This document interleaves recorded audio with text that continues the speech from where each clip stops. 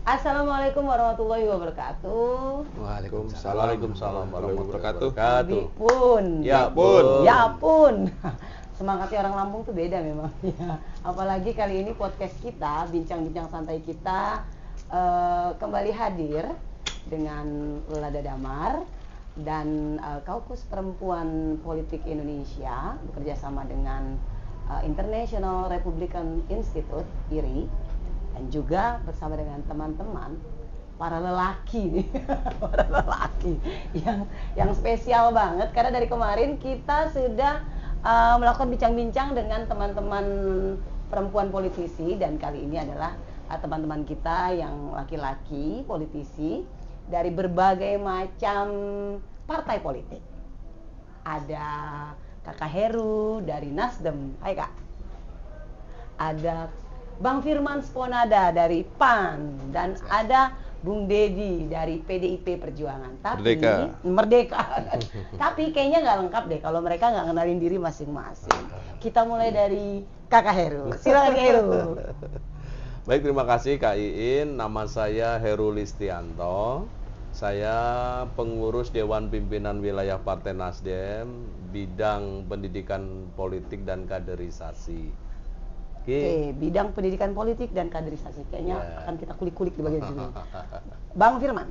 Siap, makasih Mbak In. Pemirsa, saya perkenalkan nama saya Firman Seponada. Di DPW PAN Provinsi Lampung, saya sekretaris Badan Pembinaan Organisasi dan Keanggotaan. Nah, ini mirip-mirip nih ya. Mirip-mirip. Bung Dedi. Oke, selamat siang. Assalamualaikum warahmatullahi wabarakatuh. Waalaikumsalam. Salam sejahtera untuk kita semua. Tapi pun, Ya pun. saya Kak In, namanya Dedi Wijaya Chandra. Dedi Wijaya Chandra. Okay. Kalau di PDI Perjuangan Provinsi Lampung, jabatan saya adalah Wakil Ketua DPD PDI Perjuangan Provinsi Lampung. Wakil Ketua ya. Bidang pariwisata, pemuda dan olahraga. Terima kasih. Cocok kayaknya ya, 3 orang. Tapi hari ini kita mau ngobrolin soal yang agak sensitif nih. Siap. Karena harus menyangkut-nyangkut gender. Ya. Bagaimana dukungan para laki-laki pimpinan partai ini kan 3 orang ini adalah pimpinan di partainya masing-masing, masuk di dalam skup itu ya, untuk mendukung keterpilihan politisi perempuan di dalam partainya masing-masing menuju pemenangan di pemilu legislatif 2024 nanti. Nah, ini kan kadang-kadang ya Bang ya, ini rumor yang ada di masyarakat nih. Rumor itu kan sesuatu yang muncul antara iya dan tidak, tapi nggak bisa dipungkirin itu ada. Iya. Ya kan? Kadang-kadang teman-teman politisi perempuan tuh hanya ditempatkan di ruang yang paling pojok, hanya menemuin 30% dari undang-undang yang memang diharuskan bagi partai politik untuk mengajak minimal 30% adanya perempuan di dalam daftar caleg itu. Ini menarik nih ya. Ya ini menarik kayaknya nih. Nah, gimana Bang? Di Kak Heru, di Nasdem sendiri itu posisinya gimana tuh kayak itu, Bang? Mensikapi hal itu. Terima kasih Kakak Iin. Oh iya, di Partai Nasdem ada tradisi pemanggilan seseorang menggunakan istilah kakak. Ya, kita bisa adopt tata cara pramuka dan orang Indonesia Timur. Yang muda terus kita Kak. Yang tua tetap muda, yang muda didewasakan. Jadi kakak gitu ya. Kakak Dedi. Kakak Firman. Ini nasdemisasi. Iya. Kanda biasanya kalau di saudaraku kalau di tempat Kak Dedi bung ya. Oke, perempuan lagi bung tetap. Di Partai Nasdem peluang bagi politisi perempuan itu sungguh-sungguh sangat diperhatikan. Kita mengacu kepada Undang-Undang Nomor 2 Tahun 2008 tentang partai politik ya. Ada di bab 9 pasal sekitar 20-an.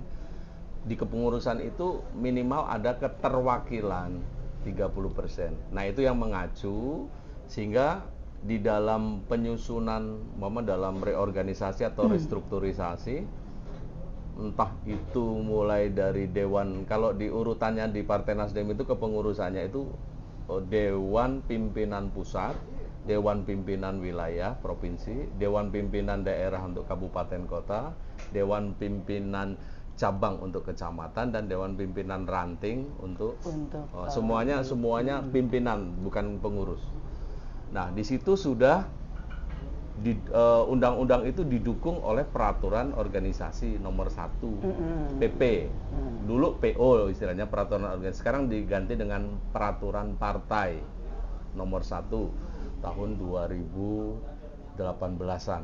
Nah, itu harus memegang teguh dasar hukum keterwakilan itu. Maka dalam kepengurusan mulai dari ranting sampai di tingkat pusat ada, bahkan boleh lebih. Berarti minimal 30% di dalam kepengurusan partai ya. Ya. Ada ya. Nah, seperti yang terjadi sekarang, fraksi di tingkat provinsi Lampung, fraksi Partai Nasdem di tingkat provinsi Lampung itu ada 3 dari 9 anggota. Artinya 3 dari 9, ya berarti 33%. Ya, bahkan ada jadi ketua komisi ya. Nah, ada yang ketua komisi dan sebagainya. Nah, ada beberapa kabupaten yang memang kader-kader perempuannya jadi memang betul-betul petarung. Yang saya banggakan itu Mesuji. Iya. Dari 10 anggota terpilih Partai Nasdem, 7-nya itu perempuan. Itu Di Mesuji. Mesuji, ya? Mesuji. Di Kota Bandar Lampung ada 2, Ibu Pepi sama Ajah Iin.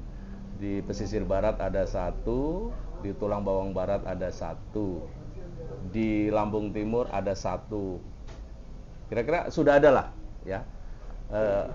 Dinamika politisi perempuan di Partai Nasdem sudah sampai terlihat saat ini sudah terlihat ya. Terlihat gitu. Nah, kalau di PAN sendiri, Bang?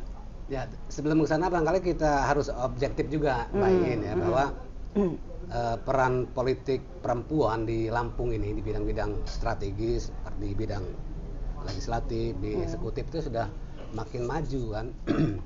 Di DPRD provinsi aja misalnya hasil pemilu 2014 kan cuma 12 perempuannya. Iya. Hasil Total pemilu 2019 naik jadi 16, tadinya 17 malahan. Bu Epa berhenti karena menjadi wali kota Wali kan. kota. Itu dari berapa 85 banyak?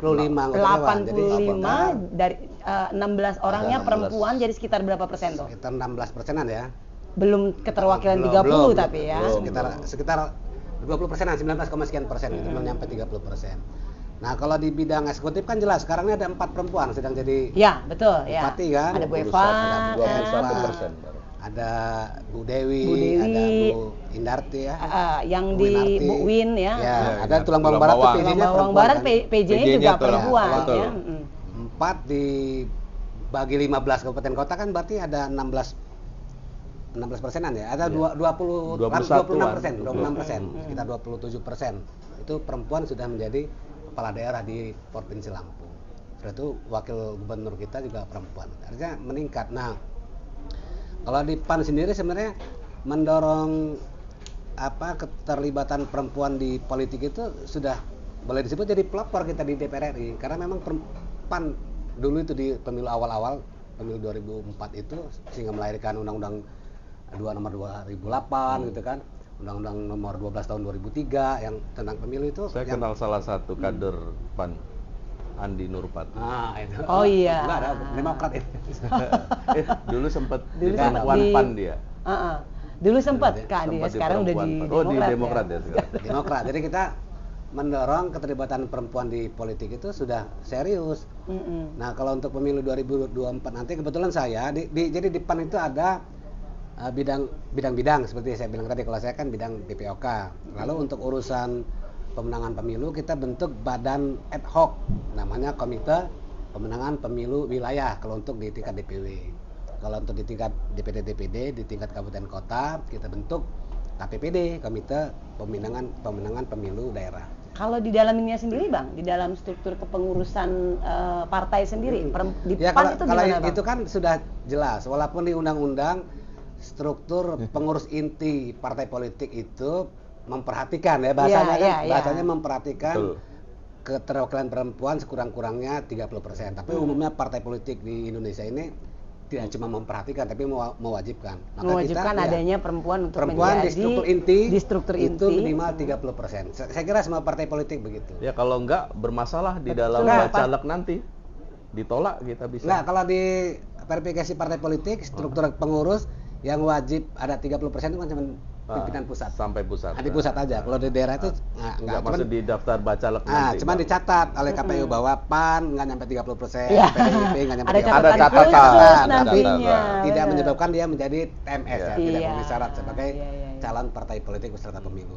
Nah, tapi kalau di pencalekan wajib bahkan menganut zipper system kan. Iya, Betul. iya. Tapi Iya. kita belum bicara pencalekan Iya. ini Bang, nanti dulu. Kita baru bicara di struktur bagaimana struktur apa namanya Partai-partai, di partai itu ada keterwakilan perempuan di situ. Secara umum dulu Secara lah. umum dulu. Ya, Nanti siap. kita kasih tahu Bang. Aku ke Bung Dedi. Ya, Gimana siap. Bang kalau PDIP Perjuangan? Kalau bicara PDI Perjuangan kita sudah jelas. Iya, Kita PDIP sudah partai ini jelas. ya. Ada Garis Bu pimpinan Mega. teratas kami itu ada ibu kami tercinta, ada ibu Profesor Haja Megawati Soekarno Putri, itu pimpinan kami. Dan putri beliau itu adalah ketua DPR RI.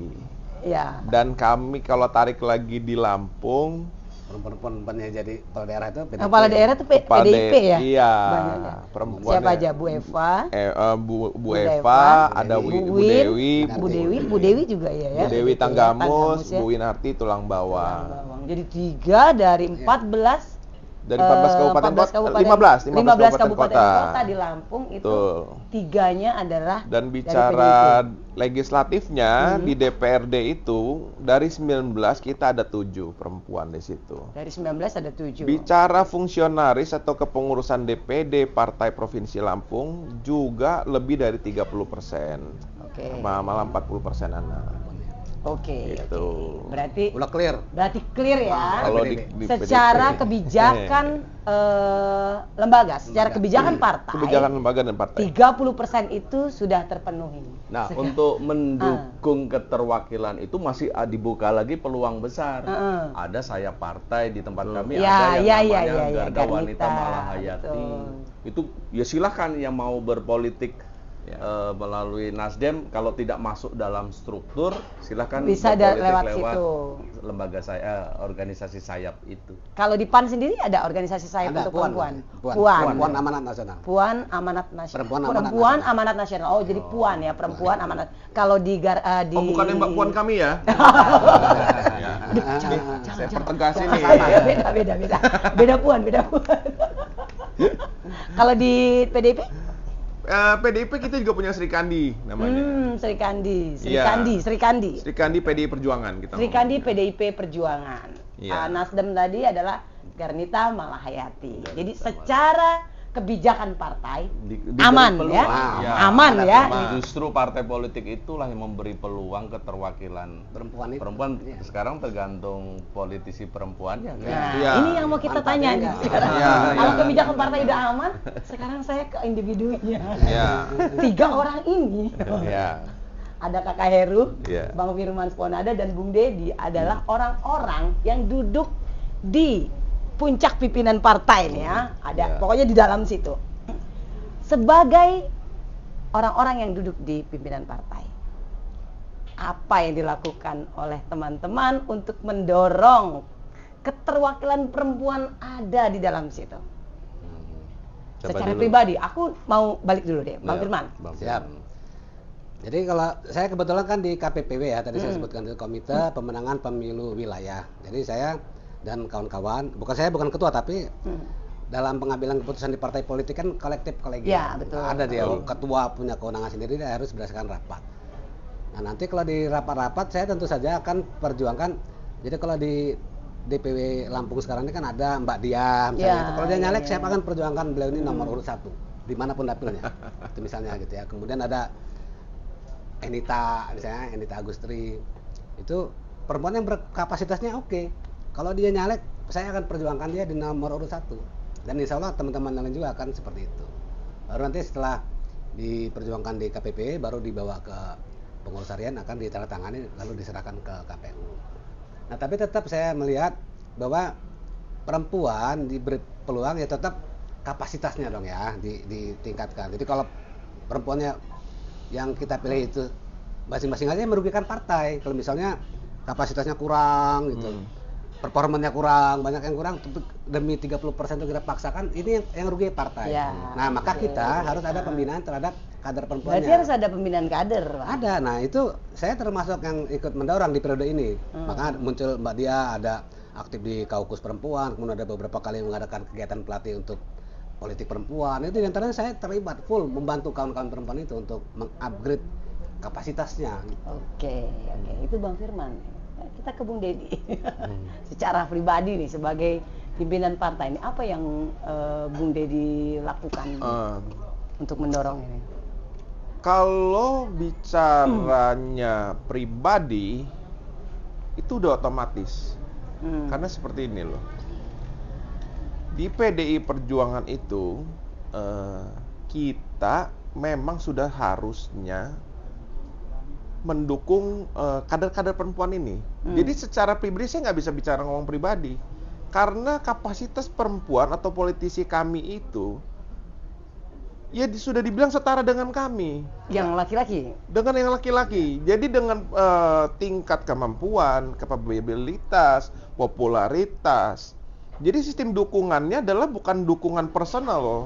Jadi karena kita ini sudah punya kekuatan dan kendaraan yang besar ini, dengan politisi perempuannya yang luar biasa ini, ya sikap kami dalam partai itu adalah mengakomodir saja. Dan kita sifatnya juga berjalan bersamaan karena kita menganggap perempuan itu tidak beda dengan laki-laki. Oke. Jadi itu bukan pendapat pribadi ini. Harus digarisbawahi ya. Harus digarisbawahi. Dan kebetulan saya kan bidang pariwisata, pemuda dan olahraga. Saya membawahi atau mengayomi 3 komunitas juang yang disebut saya partai lah. Yang ada yang namanya Banteng Muda Indonesia, BMI, ada Repdem, ada Taruna Merah Putih. Itu kami juga wajibkan untuk mengkaderisasi adanya perempuan-perempuan. Adanya perempuan-perempuan. Dari situlah kita membangun citra perempuan dan politisi perempuan yang lebih baik gitu. Oke, semacam tersortir sendiri ya. Yes. Gitu. Jadi memang sudah dari sistemnya lah yang udah. Oke. Kita ke Nasdem sekarang. Kakak Heru, gimana nih? Sikap saya pribadi selaku pengurus sebuah kepengurusan partai tingkat provinsi, yang pertama saya lakukan selalu mengingatkan dalam setiap rapat-rapat bagaimana kader-kader wanita ini diberi peluang. Karena jalur saya di pendidikan, maka yang pertama kali saya briefing, saya ajak untuk berdiskusi ya wakil-wakil ketua bidang pendidikan politik di setiap kabupaten kota, sehingga menemukan pola apa sih yang bisa kita gunakan untuk menaikkan pertama elektabilitas, popularitas seorang kader perempuan. Lalu yang kedua, bagaimana potensi dan kompetensinya meningkat juga. Ya mungkin dia selama ini hanya ibu rumah tangga biasa, atau istrinya seorang kepala desa, atau istrinya seorang aparat kepolisian, TNI. Biasanya rata-rata yang masuk dalam politik, kalau kita klasifikasi rata-rata mereka semuanya. Nah, tugas saya ya memberi arahan kepada para wakil ketua bidang pendidikan politik untuk menemukan formula yang saya sebutkan tadi. Nah, setelah menemukan formula, kita membuka dan memberikan panggung kepada politisi perempuan itu. Oke. Betul. Dalam setiap agenda-agenda acara jangan melulu ketua panitianya laki-laki, ya kecuali doa ya, doa ya sudah protapnya. Doa itu protapnya patriarki. Protap. Nggak apa-apa itu dalam tapi dalam sebuah kepanitiaan jangan wanita hanya dijadikan sebagai posisi di bendahara, enggak, dia ketua panitia, ketua steering committee biasanya akan lebih.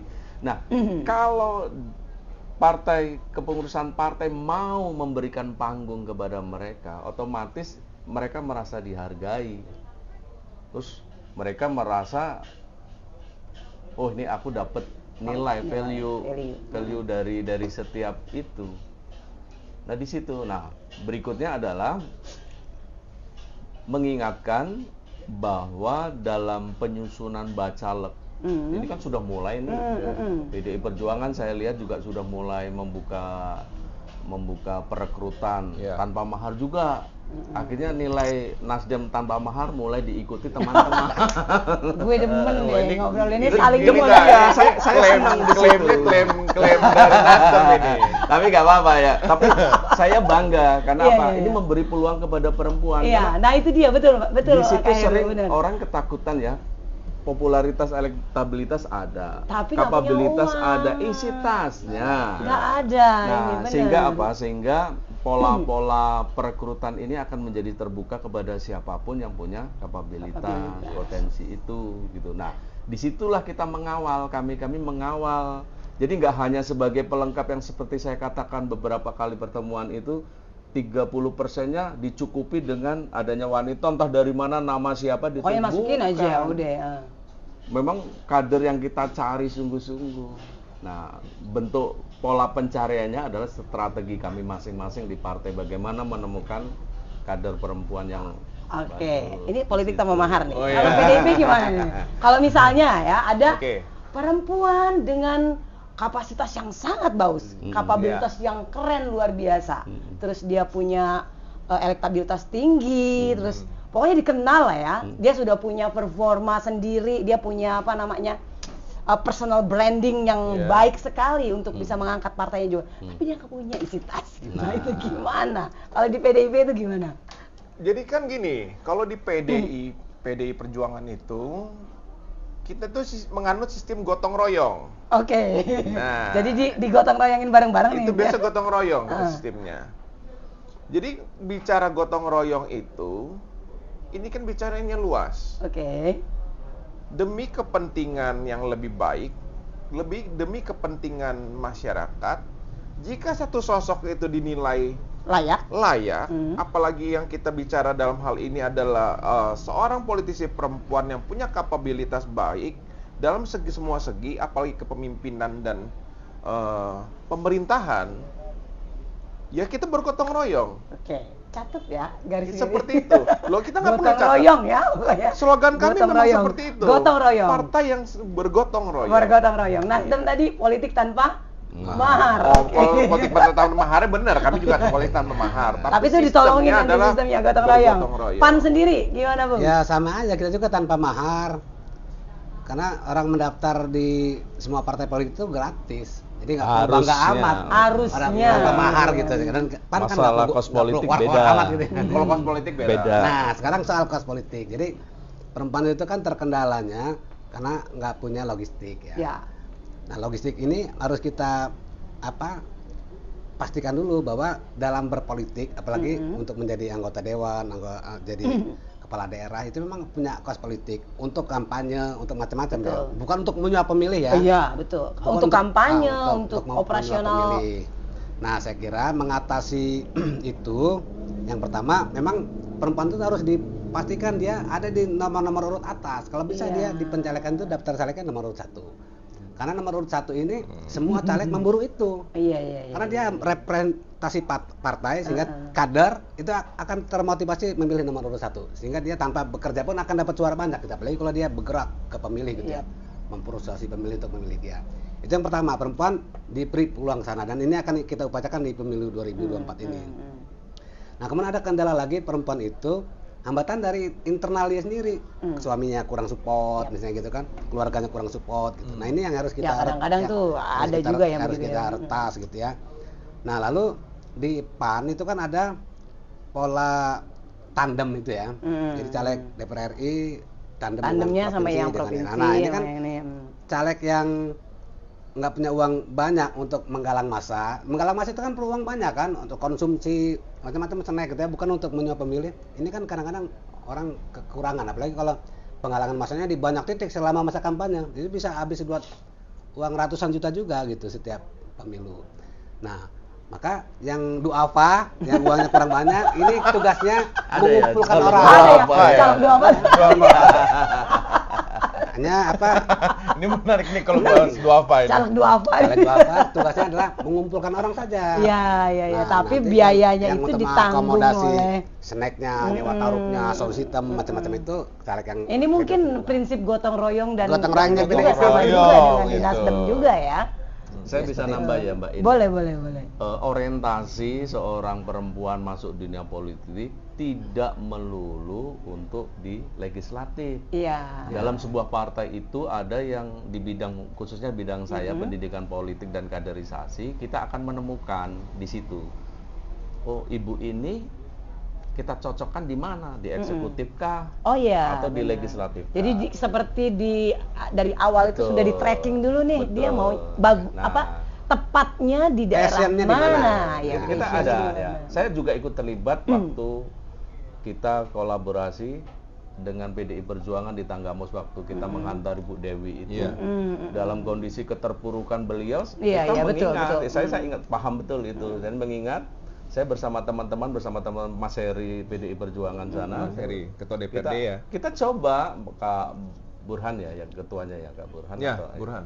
Kita coba menemukan Ibu Dewi ini jangan jadi caleg. Iya. Dan Bu Tetapi Dewi juga memang pada masa itu juga dia sangat Popularitasnya popularitasnya bagus. tinggi Iya. sekali karena beliau Sama. memang ada sudah berjalan beberapa, ada kemana-mana. beberapa. Nah, dari kader kami sendiri, walaupun kemarin kita kalah dari sisi finansial, Ibu Nesi Mustafa Nesi, itu ya. juga dalam kondisi keterpurukan, Yang luar biasa beliau juga. cocok di eksekutif, tapi memang ada sisi kelemahan. Ya, memang garis tangannya belum jadi saat Iya, ini iya, ya, karena iya. memang kita terkendala finansial. Kita menemukan itu bahwa orientasi perempuan itu sejak awal harus ada Harus yang jelas mengarahkan. dulu dan ada yang harus mengarahkan. ada yang mengarahkan, itu mau dia cocok. Jadi di- nggak salah ruang nantinya Betul, Kak, ya. ya. Sama dengan di tingkat DPP, sama ada yang dipersiapkan untuk jadi menteri, Iya, jadi iya, duta iya, besar. Nah, kita juga di Itu sebenarnya provinsi strategi juga dari siap. partai Ya, masing-masing betul. ya Kak, Terus ya. sebenarnya saya nambahin lagi nih, Iya. kalau soal political cost sebenarnya siapapun juga jangan kita bicaranya melebar nih, jangan seakan-akan kita ngobrol tentang perempuan, tapi seakan-akan yang laki-laki ini juga Nggak ada masalah. nggak ada masalah. Sama. Ya sebenarnya sama. Ternyata nggak Kalau- perempuan nggak laki ya. Iya. Kalau misalnya memang tidak punya biaya yang besar, cuman dia punya kapabilitas yang tinggi, kan memang tetap harus didorong Nah, kan. tidak menutup kemungkinan juga kader perempuan sudah populer Punya uang juga. punya uang juga. Iya. Itu kan Iya, gitu loh, iya, pola pikirnya juga seperti itu. Nggak Iya. melulu masalah perempuannya istilahnya terzolimi Iya, atau nggak punya sisi finansial. Yang dilihat hanya punya kemampuan, popularitas, tapi tidak punya sisi-sisi yang mendukung itu. Nah ini Nggak yang mau kita juga. jawab. Kan kadang-kadang rumor itu kan berkembangnya itu udah nggak kepegang-pegang bang. Seolah-olah perempuan itu menjadi korban politik yang sangat tanda petik ya, sangat terzolimi dan lain-lain. Ya, ini yang harus kita jawab di dalam podcast-podcast kita seperti ini gitu. Oke, kita ke pertanyaan selanjutnya nih. Siap. Menurut Kak Heru, Ya. Bang Firman sama Bung Dedi, Siap. perempuan yang gimana yang harus kita dukung? Ya, saya dulu makanya. Boleh Kak, boleh Bang. Jadi kan sebenarnya soal kapasitas itu kan berlaku umum kan, perempuan atau laki-laki kalau mau jadi ini harus seperti ini Ya, betul. kapasitasnya Betul. gitu kan, jangan dibeda-bedain mentang-mentang dia perempuan, Iya, itu lalu yang tadi juga. agak di bawah dikit gitu oleh, Iya. Nah, tetap harus ada Standar ganda jadinya kita ya. kapasitas. Nah, umumnya politisi itu kan lahir dari mantan birokrat. Ya. Nah, kalau dia oke. perempuan mantan birokrat ya pasti kapasitasnya sama dengan yang laki-laki mantan birokrat. Iya, Jadi betul. jangan disamakan. Ada dari kalangan aktivis seperti Ya, saya, oke. Mbak Sally. Mbak ini kan dari kalangan aktivis masuk ke partai politik. Dia sudah punya cukup kapasitas untuk menjadi Aktivis, bupati. aktivis Nah, sama. Aktivis semua Aktif gitu. tapi kantongnya tipis. Nggak mau ah? Jadi kalau dari kalangan aktivis, dia pasti punya kapasitas cukup ya untuk jadi anggota dewan, untuk jadi kepala daerah. Oke. Tuh, dua itu kan. Kemudian kalangan pengusaha. Kalau kalangan pengusaha ini dia tentu sudah punya pengalaman di manajerial. Yap. Nah, pengusaha kan nggak mungkin orang bodoh kan. Mm-mm. Kalau dia dari kalangan pengusaha menjadi calon anggota legislatif, kapasitasnya cukup. Mau dia perempuan, mau dia laki gitu. Jadi yang pertama tuh harus di tracking dulu nih. Di tracking Ini dulu. dari mana nih Nah, asalnya? ada. Pokoknya kapasitasnya cukup nggak sih untuk menjadi ini gitu dulu. Jangan Oke. asal-asal perempuan, yang penting pemenuhin. Yang penting memenuhi 30%. Kita seolah-olah mendukung perempuan, nggak bisa gitu juga, karena tadi saya bilang tadi akan merugikan partainya. Nah, tapi saya kira Mbak Iin, yang penting sekarang ini adalah affirmative action, ya, pengistimewaan terhadap perempuan dalam bidang politik itu mesti lebih tegas lagi.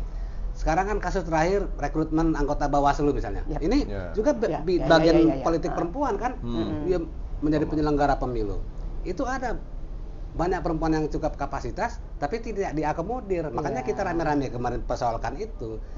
Nah, alasan panitia kan jelas, karena cuma berkat memperhatikan keterwakilan perempuan, cuma memperhatikan. Karena memperhatikan, ya udah perhatiin aja tapi nggak dipilih. Padahal itu kan bahasa halusnya, bahasa hukum. Mestinya walaupun disebut memperhatikan, itulah juntrungannya dia ada pasal itu.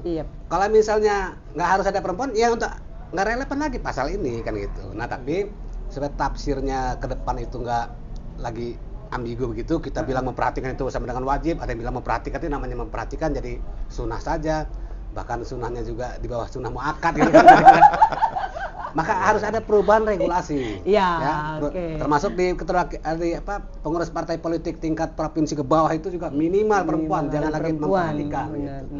Di daftar caleg itu boleh misalnya. Maka harus dicarilah perempuan-perempuan yang memang layak untuk ada di tempat itu ya Bang. Nah, rekrutmen KPU, Bawaslu macam-macam itu wajib 30% perempuan. Jadi kalau 7 anggota KPU, 3-nya perempuan. 7 anggota Bawaslu, 3-nya perempuan, harus wajib gitu. Jangan lagi memperhatikan. Nah, maka ini bakal semakin ketat loh. Ya, perjuangan kita di perubahan regulasi juga barangkali itu. Oke, Bung Deddy. Perempuan yang gimana nih yang harus didukung?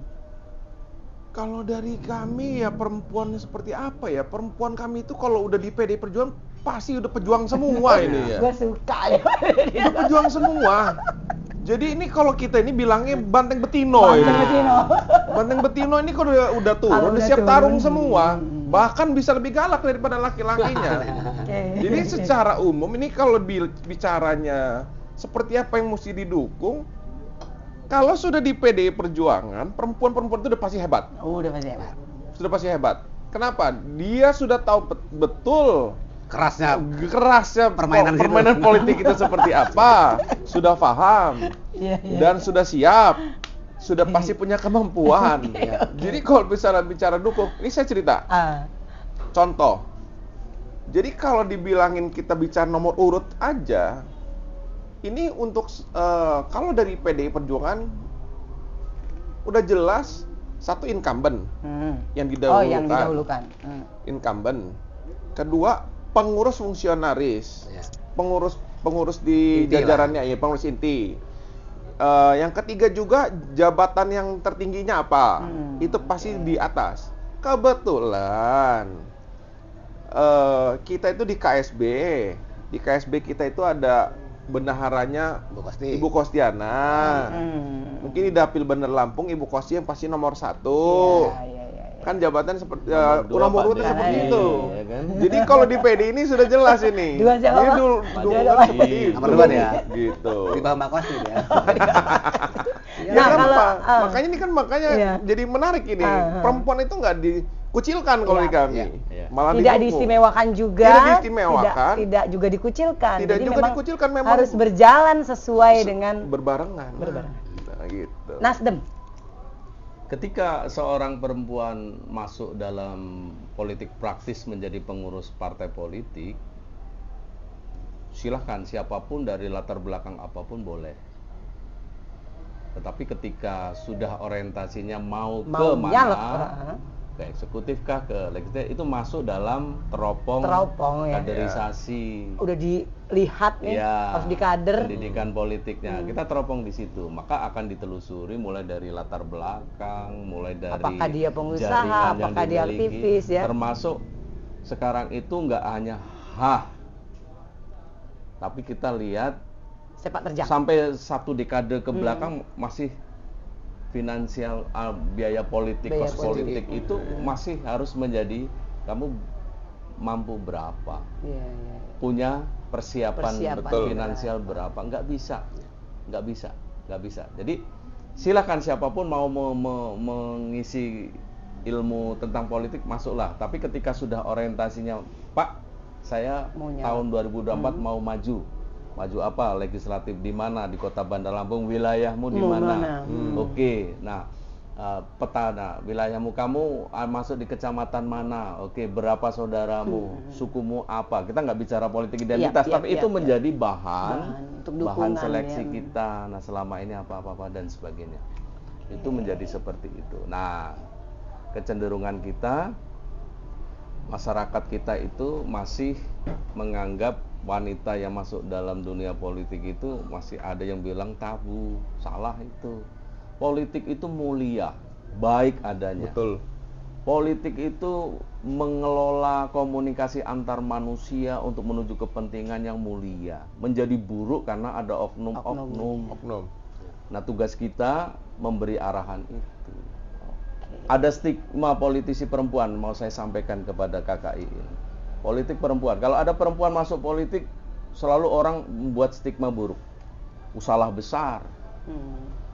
Seorang perempuan masuk dalam dunia politik, wah itu orang serem. Jangan berani-berani kita ganggu mereka. Oh itu yang kalau saya bilang kader Bantino itu Nggak bisa udah pasti kuat itu. Buat politisi perempuan atau perempuan masuk dunia politik, jangan main-main. Itu dia Sudah serius. Sudah memang sudah selesai dengan dirinya sendiri. Ya. Beda loh orang yang abangan, gerakan-gerakan politik atau ya simpatisan beda dengan politisi, beda. Ya. Jangan nggak percaya. Kita sudah lama ya Kak, Kakak di bidang pelaksanaan, di bidang dunia politik, Kak Sally juga saya lama, hampir puluhan tahun saya, sejak tahun 80-an. Sekarang kalau dulu kita masuk ke partai itu, datang ke partai kadang jalan kaki, naik angkot, sepeda motor. Sekarang kalau rapat gitu, di depan saya itu ada Mercy, Minimal ada Fortuner Prado, Fortuner, saya baleno tua, gitu. Nah, kita ngeliat dari kapabilitas nggak main-main. Tinggal sekarang bagaimana partai memberikan pakem atau rambu-rambu. Oke, tanpa terasa sudah 45 menit ya kita ngobrol. Sampai malam aja kali ya. Sampai malam kali ya, kayak enak juga. Makan dulu kita ya. Makan. Jumat ini, gitu Jumat. kan. Terus abis Jumatan. Sampai Jumat lanjut lagi kita. Bikin pindang gitu. Nah, kita mau closing statement. Kak Heru, minta closing statementnya soal bagaimana Nasdem sendiri ya. Kak Heru kan salah satu pimpinan. Bagaimana Nasdem sendiri berupaya menyiapkan kayak semacam anggaran yang berpihaknya itu adil lah ya. Kalau seperti yang kita tadi bahas bahwa perempuan politisi juga kalau misalnya ada yang lebih mampu daripada laki-laki kan pasti kan harus didorong nih naik. Nah, Nasdem sendiri menyikapi itu seperti apa, Kak? Ada kebijakan partai khususnya dari DPP sejak 2019 lalu. Seluruh fraksi Partai Nasdem dari kabupaten kota sampai DPR RI itu ada wajib namanya iuran persiapan untuk dana saksi. Nah, jadi dana-dana yang terkumpul sekarang ada sekitar berapa miliar ya, berapa miliar itu untuk membiayai saksi-saksi lapangan kita. Nah, itu akan meringankan politisi-politisi yang akan maju besok. Jadi tidak terbebani lagi dengan bingung nih dengan dana. Untuk kan rata-rata nanti di ujung kan harus gotong royong seperti kata Bung Dedi tadi. Untuk saksi itu kan macam, ada saksi TPS, ada saksi PPS, ada saksi PPK, KPUD tingkatan kabupaten kota, lalu KPUD provinsi kalau untuk kita ya sampai di situ. Itu sejak 2019 lalu sudah mulai disisihkan, wajib anggota DP fraksi-fraksi itu menyisihkan untuk operasional masing-masing tingkatannya, tapi ada sekian rupiah khusus ditabung untuk persiapan besok. Karena dulu di 2014 full DPP membiayai. Biaya saksi dulu berapa puluh miliar dulu DPP mengeluarkan itu. Jadi kalau sekarang karena sudah punya tanggung jawab untuk kelanjutan dari mereka yang incumbent ini ingin maju lagi. Itu kita sudah. Nah, itu juga berlaku untuk si pendatang baru. Nah, yang kita persiapkan ya sekarang lebih baik kita briefing. Makanya kita menyusun bacalek itu dari sekarang supaya punya spare waktu yang panjang untuk Panjang, membrief ya. mereka apa yang harus dipersiapkan. Ya. Kuncinya di atribut kampanye itu. Iya. Itu dari saya, Oke, ya. kalau Bang Firman dari PAN sendiri. Baik. Jadi Mbak In, perjuangan perempuan untuk punya kuota lebih banyak ditampuk pimpinan eksekutif legislatif itu masih panjang, walaupun progresnya kita lihat membaik lah ya. Iya. Dari tahun ke tahun, dari periode ke periode pemilu itu membaik terus. Tapi tetap harus Kita nggak boleh pungkiri ya Bang, Harus ada masih yang panjang diperjuangkan. jalan ini ya. Nah, yang pertama dari sisi regulasi, kita mesti bersama-sama mendorong partai politik di Senayan untuk mengubah regulasi yang diamanatkan Undang-Undang Dasar. Itu Iya. kan affirmative action itu kan diamanatkan Undang-Undang Dasar. Itu mesti dikonkretkan lagi di undang-undang yang menjadi turunannya. Kemudian perempuan juga mestinya terus meningkatkan Kapasitas kapasitasnya. diri. Sehingga kalau misalnya harus diterapkan merit system seperti sekarang, Iya. ngelawan. Nah, Iya. kalau teman-teman PDIP Iya. perempuannya kan sudah oke-oke gitu. Banteng tadi. Ya. Banteng Jadi betina. kalaupun Iya. harus diterapkan merit system, ngelawan. Harus Ya. ngelawan. Nah, gitu. sementara bisa ngelawan itu karena regulasinya mendukung. Iya. Dia punya peluang yang bukan cuma disamakan, tapi perempuan itu diistimewakan. Ini kerja Nah, bersama. nah, jadinya. pengistimewaan perempuan itulah yang mesti terus kita sosialisasikan ke masyarakat. Harus ada awareness yang cukup di masyarakat. Kalau selama ini banyak perempuan justru milih calon dari laki-laki, nah ke depan gimana caranya? Penduduk kita ini separohnya perempuan. Kalau separohnya itu milih calon perempuan, maka ada 50% bupati, wali kota, gubernur itu perempuan. Untuk perempuan. 50% anggota dewan di Udah lebih lah 30% Iya, tadi. lebih. Ya. 49% penduduk Indonesia. Ya, itu. tapi kalau Perempuan. kalau masih ada kendala-kendala psikologis, kendala-kendala budaya gitu ya, ya kan tetap seperti ini. Tapi tetap bahwa dari pemilu ke pemilu partisipasi perempuan di bidang politik itu terus meningkat. Tinggal kita mendorongnya itu dengan tadi itu regulasinya. Di partai politik harus ada regulasi yang menjamin perempuan itu diistimewakan, bukan cuma disamakan haknya. Kalau disamakan nggak usah ada regulasi kan, nggak usah ada affirmative action, tarung aja pakai hukum rimba gitu, yang kuat yang menang gitu. Dan pasti perempuan kalah. Tapi harus ada affirmative Nah, action ya. itu di tingkat undang-undangnya. Kalau undang-undang dasar udah jelas kan? Iya, iya. Keistimewaan Ada. Iya, sekali. betul. Kemudian di undang-undangnya, di peraturan partainya juga harus seperti Ada itu. aksi penguatan itu Bukan tadi. cuma memperhatikan sekurang-kurangnya 30%. Memperhatikan itu nggak cukup saya kira. Iya. Karena dia multitafsir, dan ini sering bikin kesal kita. Teman-teman yang pikirannya waras itu sering kesel. Kadang-kadang Kan itu kan memperhatikan itu diasumsikan Iya, lain. Nah, kalau misalnya nggak harus diperhatikan, ya untuk apa ada pasal Ya, ini? apa ada pasal Jadi itu nggak ya. relevan lagi itu. Jadi itu kalau menurut saya kapasitas perempuannya dinaikkan, regulasi yang mengatur bahwa perempuan mesti diistimewakan itu di bidang tertentu ya, itu mesti dipertegas. Kemudian ada penyadaran di tingkat masyarakat. Nah, pelan-pelan bahwa mekanisme orang yang bermodal ini lebih berpeluang terpilih itu kan lama-lama juga hilang gitu ya. Ini kan baru kita mulai pemilu 2004 itulah yang manipiro sampai pemilu sekarang. Tapi saya kira nanti juga akan berkurang dengan ada regulasi yang berubah. Nanti paling permainan uang itu ada tingkat elit, nggak sampai ke bawah. Kalau sekarang ini dari elit ya ke bawah gitu. Nah, lama-lama berubah. Jaring Nah, ya. kita ini masih Indonesia ini masih belajar berpolitik. Tapi tetap kita kan presidennya pernah perempuan. Kalau Inggris itu perdana menterinya banyak perempuan, kita presiden pernah perempuan, ketua dewan pernah perempuan. Perempuan di Indonesia saya kira tidak dianaktirikan. Betul. Gitu. Menurut regulasi dan praktik politiknya gitu. Betul. Tinggal affirmative action. Nah, tinggal perempuannya meningkatkan kapasitas lah gitu. Bahkan mentang-mentang diistimewakan aja masing-masing aja perempuan dicalonkan. Merugikan Republik juga akhirnya kan. Betul. Nah, kalau kayak Mbak Seli, Mbak Eka yang jadi aku anggota gimana? cukup Langsung kapasitasnya gitu ya. Gitu. Jadi jangan lupa perempuan juga terus meningkatkan kapasitas. Yang kurang dari perempuan itu kan Mbak ini, kalau pengalaman saya di partai politik, di organisasi itu kan public speakingnya. Nah, karena perempuan itu kurang membaca mungkin. Padahal perempuan itu diberi talenta. Ada ya orang-orang yang kurang membaca itu ada. Diberi talenta oleh Tuhan, keistimewaan. Jadi perempuan itu mengerjakan sesuatu 3 bidang bisa dalam berbagai satu. macam. Ya. Sambil nelpon, sambil Multitasking. bikin kopi suaminya gitu. Iya. Sambil ngurusin gosokan Anaknya. bisa. Kalau orang laki kan nerima telepon aja. Nggak bisa dia. Bentar ya. Iya. Kalau perempuan nggak. Nah, itu keistimewaan yang kalau dipraktikkan Multitasking. di bidang politik bisa juga Bisa dia. Sambil mikirin rumahnya gimana, anaknya udah makan belum, nelpon Bibi itu siapin siin makannya. Sambil rapat bisa. Iya. Nah, ini yang barangkali perlu digali oleh teman-teman perempuan. Untuk keistimewaan dibanding laki-laki itu gitu. Oh. Barangkali itu Mbak In. Oke Bang. Nah sekarang terakhir Bung Dedi. Mungkin kalau dari saya pribadi nggak terlalu panjang lah ya. Jadi kalau hal-hal yang menyangkut pembiayaan atau apa support system dari partai untuk politisi perempuan, sebenarnya kos-kos itu bisa diminimalisir.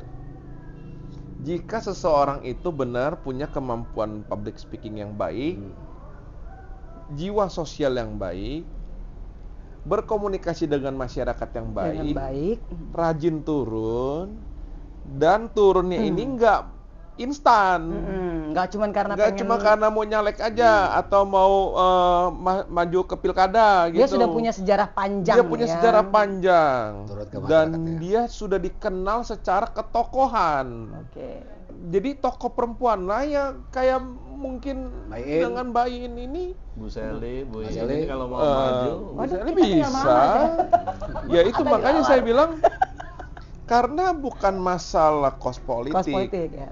tapi karena ya kos politik akan menjadi mahal, muncul Kalau nggak punya. Kalau nggak kalau punya nggak punya kapabilitas, itu, nggak ya. punya kapabilitas. Tapi kalau kita memang sudah menjadi punya semua dan sudah dicap branding tanda kutip tokoh, ya itu yang sebenarnya tidak bisa digantikan. Jadi orang pun nanti akan menilai, saya milih 100.000 atau saya mendingan pilih yang ini. Kain ya.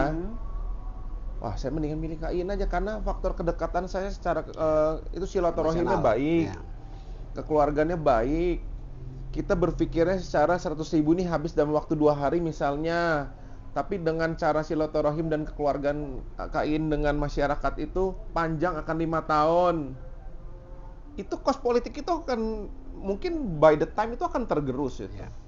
Itulah yang bagi saya, pandangan saya seperti itu. Politisi perempuan tidak perlu seperti itu. Politisi lelaki juga harusnya seperti itu. Yang baik adalah seperti itu. Oke, seru sekali nih Iya. ngobrolnya. Saya jadi menggarisbawahi bahwa untuk hadir di sebagai perempuan politisi itu kita memang butuh tadi ya Bang, butuh senjata ya, Kesiapan butuh kesiapan sehingga nanti daya dukung semesta itu datang sendiri. Ada daya dukung partai Kesiapan juga bisa lahir datang, batin ya, gitu Bu kan. Iin ya. Kesiapan lahir batin dari politisi Betul. perempuan politisi Spiritual, sendiri. psikis, Iya. siap dan semua. dan sebagai teman-teman yang ada di politisi laki-laki di dalam partai sendiri memang dibutuhkan untuk mendukung perempuan-perempuan yang memang sudah siap secara mental, secara sejarah keaktivitasannya Betul. di masyarakat, yang sudah punya branding yang bagus gitu, itu juga memang harus didukung dengan sangat baik lah oleh partai masing-masing. Oke, terima kasih. Kayaknya kalau kita terusin lagi nanti bisa jadi Malam nih. panjang sampai malam gitu. Bisa ngomongin pribadinya Mbak Seli gitu. Nanti udah jadi yang lain nih bahasan kita nih. Oke, siapapun perempuan yang siap jadi eksekutif, legislatif, masuklah dalam partai politik. Waduh, asik banget. Oke, terima kasih Pak Heru, Bang Firman Seponada dan Bung Dedi. Terima kasih Salam banyak. Bang Dedi, biar nggak salah paham. Biar nggak salah paham, kita salah paham. Biar nggak selek. Saya In Zakaria, dadah.